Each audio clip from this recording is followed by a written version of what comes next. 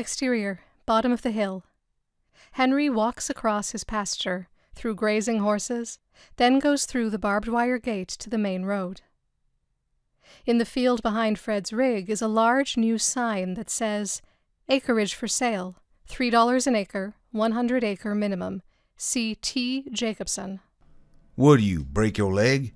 You can't walk no faster than that? Well, you could have come up. I didn't want your family to hear.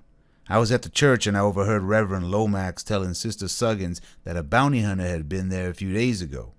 He had an old wanted poster, and she reckoned the picture looked a lot like you. Yeah, he came by here. Didn't amount to nothing. Fred stares at him, waiting. He came by, and then he just left? Pretty much. They hold a look. I don't even want to know. Henry notes a one-horse buggy coming down the road. You probably don't. Who's this? Oh, they with me. Remember about that rich family I told you had moved into the murder house? What murder house? The Koval place. Henry shrugs to show his cluelessness. Alexander Koval's place? You never heard of Alexander Koval? Good Lord, I bet if he was a horse you'd know who he was.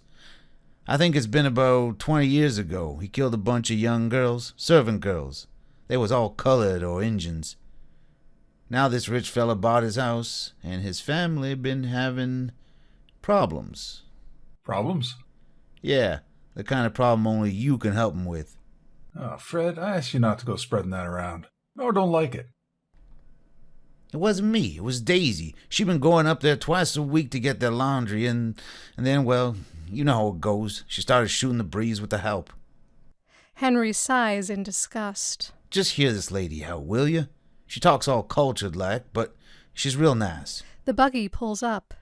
The driver is Pete, a young black man, and the passenger is Neveah, the well-dressed woman Henry noticed in town. Hey, y'all. This here's Henry Odell. That's Miss Neveah and Pete.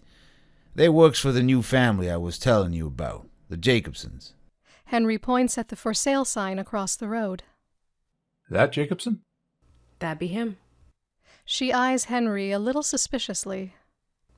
I was talking to Mr. Logan's wife about some strange things that have been going on up there, and she mentioned to me that, well, to be upfront about it, that you can converse with spirits, and maybe you could help.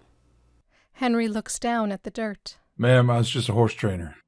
You know, sometimes folks think they got a spirit, but it turns out to be nothing but creaky floorboards or critters in the attic. Neveah hesitates, then plunges on. No, there's something wrong in that house. We see cabinets and doors opening and closing on their own. We hear voices, screams, footsteps. Henry shifts his feet and barely meets her eyes. I wouldn't be bothering you about it, but my employer's got an 11-year-old girl, Elizabeth. Ever since we moved here, she's been talking to a little friend she calls Victoria. My kids talk to themselves all the time. Imagination. It is an imagination when someone answers her back. I've heard another child's voice, and there's not another child within a mile of that place. Now concerned, Henry studies her face and decides she's telling the truth.